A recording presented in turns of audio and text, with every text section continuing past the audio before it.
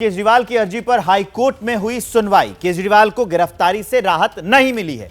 2 हफ्ते में हाईकोर्ट ने ईडी से जवाब मांगा है। केजरीवाल ने ईडी के समन को चुनौती दी है। यह बड़ी अपडेट हम आपको बता रहे हैं कि केजरीवाल ने ईडी के समन को चुनौती दी है और केजरीवाल की अर्जी पर हाईकोर्ट में जब सुनवाई हुई तो केजरीवाल को गिरफ्तारी से राहत नहीं मिली, लेकिन 2 हफ्ते में हाईकोर्ट ने ईडी से जवाब भी मांगा है।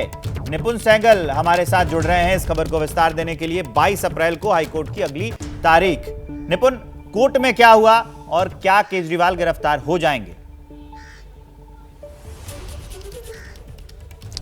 देखिए, बिल्कुल सही सवाल है आपका कि क्या वो गिरफ्तार हो जाएंगे। पहले इसका ही जवाब देते हैं। गिरफ्तारी पर कोई रोक नहीं है, ना ही समन पर रोक है। यानी कल के लिए जो समन है उसका वो पालन ये कहकर ना करें कि मेरा मामला तो अब हाईकोर्ट में चला गया है और हाईकोर्ट ने नोटिस जारी कर दिया ईडी को। ये बातें जो है इनमें कानूनी वजन नहीं है। राजनीतिक रूप से चाहे इन्हें दोहराया जाए, बार बार कहा जाए, पर कानूनी वजन नहीं है। ईडी के पास पूरा अधिकार है कि अगर वो गिरफ्तार करना चाहती है, सबूत हैं, प्राथमिक सबूत हैं, तो गिरफ्तार कर सकती है। अब कोर्ट में क्या हुआ इसका जवाब मैं देता हूं आपको। कोर्ट में देखिए, केजरीवाल ने जो 9 समन उनको गए हैं, जिनमें से 8 का उन्होंने पालन नहीं किया, उनको और ये 9वें समन को इनको गलत बताते हुए याचिका दाखिल की है हाईकोर्ट में और कहा है कि सारे समन अवैध हैं, मुझे समन जारी नहीं होना चाहिए था। ईडी ने पुरजोर विरोध किया और ईडी ने कहा कि ये मामला सुनने लायक ही नहीं है, ये विशेष ट्रीटमेंट चाह रहे हैं, विशेष अधिकार चाह रहे हैं और किसी आम व्यक्ति को बुलाती है अगर एजेंसी तो उसको आना चाहिए। ये टिप्पणी कोर्ट ने भी की कि आप बार बार बुलाने पर जा क्यों नहीं रहे हैं। हालांकि केजरीवाल के वकील ने कहा कि वो इसके बारे में विस्तार से बात करना चाहते हैं। ईडी ने विरोध किया और कहा कि ये सुनने लायक ही नहीं है मामला। हाईकोर्ट ने कहा ठीक है, ये सुनने लायक क्यों नहीं है, इस पर आप जवाब दे दीजिए।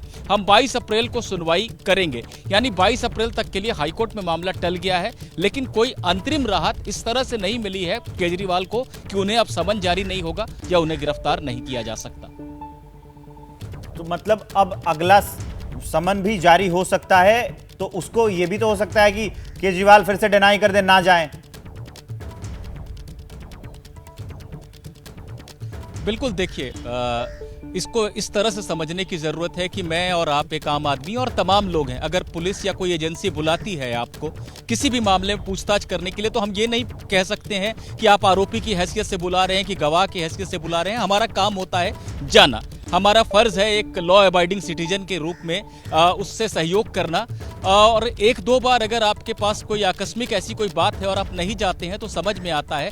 8 समन बीत गए हैं जो कि 30 अक्टूबर से जारी किए जा रहे हैं और अब तक केजरीवाल नहीं गए। आज ईडी ने यह बात भी कही कि लगातार ये कोई ना कोई बहाना बना रहे हैं और अब चुनाव की आड़ ले रहे हैं, तो ऐसी छूट नहीं मिल सकती है। हाईकोर्ट ने भी ये टिप्पणी की, तो समन जारी करने पर भी कोई रोक नहीं है हाईकोर्ट की तरफ से। और कल जो समन है उस पर अगर वो नहीं जाते हैं और ईडी कोई कार्रवाई करना चाहती है उनके खिलाफ, तो इस पर भी कोई रोक मतलब आने वाले दिनों में अभी ये खेल देखने को मिल सकता है कि ईडी बुलाएं और केजरीवाल ना जाए। इस जानकारी के लिए बहुत बहुत धन्यवाद आपका निपुण सहगल।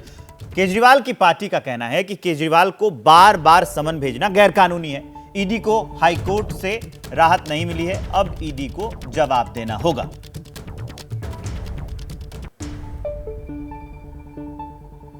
बार समन्स भेज रहा है। इन समन्स को चैलेंज करने के लिए, ये समन्स कानूनी है कि गैर कानूनी है, इस पे फैसला करने के लिए अरविंद केजरीवाल जी ने हाईकोर्ट मूव किया। ईडी ने इस पिटिशन का बहुत विरोध किया।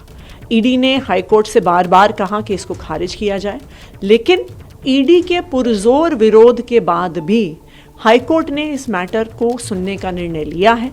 उन्होंने ईडी को नोटिस दिया है और ईडी को अब इस पूरे मामले में हाईकोर्ट में जवाब देना होगा। हम चाहेंगे कि ईडी भी कानूनी प्रक्रिया का सम्मान करे, वो राउज एवेन्यू कोर्ट का और हाईकोर्ट के फैसले का इंतजार करे। बीजेपी लगातार केजरीवाल पर वार कर रही है। सांसद मनोज तिवारी का कहना है कि केजरीवाल जनता की नजरों में तो गिर ही चुके हैं, अदालत की नजर में भी गिर गए।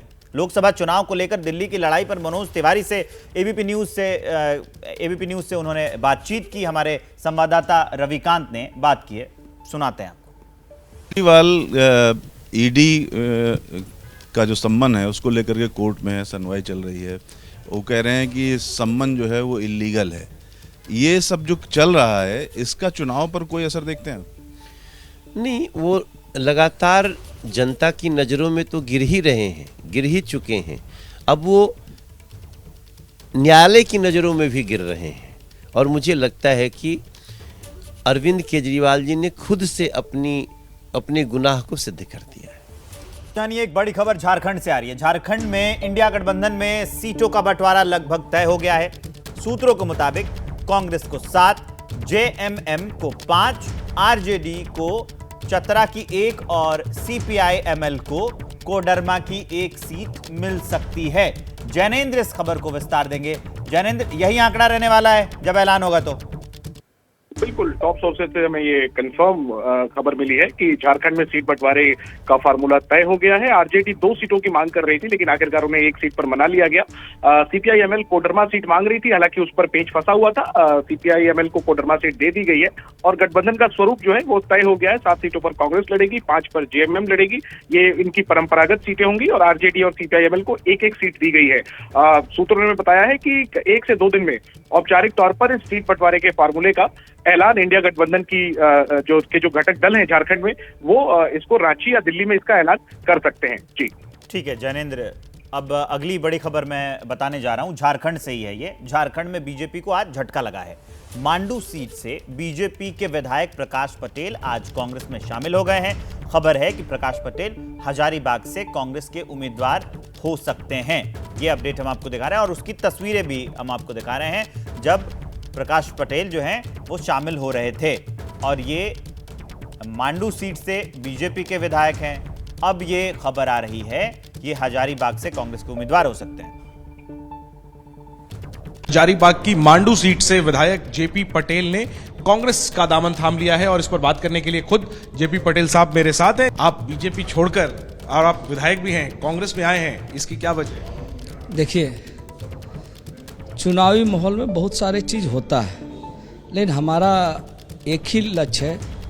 क्योंकि हमारे पिताजी जिन उद्देश्य और जिन सोच के साथ राजनीति करते थे, उनका उद्देश्य था कि झारखंड का सर्वांगीण विकास और झारखंड के आदिवासी, मूलवासी, अल्पसंख्यक और पिछड़ों का कैसे विकास हो, हम कैसे उनको आगे बढ़ा सकें।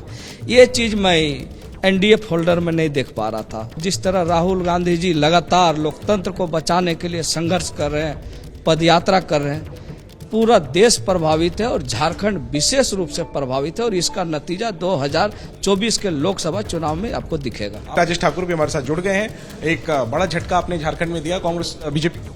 देखिए, झटका नहीं है ये, जो बीजेपी डर और लालच का कॉकटेल चला रही है पूरे देश में। ऐसे समय में कुछ लोग ऐसे भी हैं जो देश बेचने वालों के साथ नहीं, देश बचाने वालों के साथ आ रहे हैं। वैसे में जयप्रकाश भाई पटेल हैं। निश्चित रूप से सिर्फ झारखंड को नहीं, पूरे देश को ताकत इससे मिलती है कि ऐसे समय में इस तरह के लोग पार्टी को ज्वाइन कर रहे हैं। और जो आदरणीय राहुल गांधी जी ने भारत जोड़ो यात्रा के दौरान, न्याय यात्रा के दौरान 5 दिनों तक झारखंड में रहने का काम किया था, उससे ये प्रभावित हो। ऑफर क्या दिया? सीधी बात है, देश बचाने का ऑफर है और देश बचाने में ये कामयाब हो। तो प्रकाश पटेल का कांग्रेस में जाना निश्चित तौर पर चुनाव से पहले कांग्रेस का उत्साह बढ़ाने वाली खबर है ये। तो अब चलिए बिहार की राजनीति से एक और बहुत बड़ी खबर है मेरे पास। पप्पू यादव की जो पार्टी है जन अधिकार पार्टी, उसका कांग्रेस में विलय होगा। दोपहर 3:30 बजे पप्पू यादव की पार्टी का कांग्रेस में विलय होगा। कांग्रेस के टिकट पर पप्पू यादव पूर्णिया से चुनाव भी लड़ सकते हैं। बीती रात पटना में लालू यादव और तेजस्वी यादव से पप्पू यादव की मुलाकात भी हुई थी। उसके बाद क्या हुआ, जैनेंद्र बताएंगे पूरी कहानी। जैनेंद्र।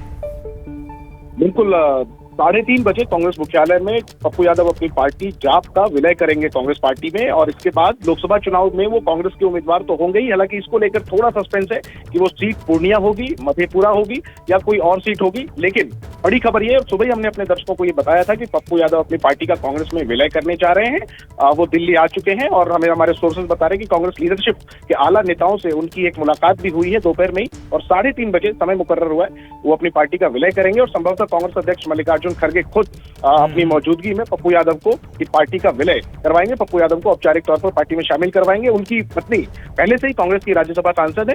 पप्पू यादव के आने से निश्चित तौर पर जो बिहार का सीमांचल, मिथिलांचल, कोसी का इलाका है, उसमें कांग्रेस पार्टी को मजबूती मिलेगी। हालांकि सस्पेंस ये अभी जरूर बना हुआ है कि क्या वो पूर्णिया से लोकसभा की टिकट उन्हें मिलेगी कांग्रेस से या नहीं। जी।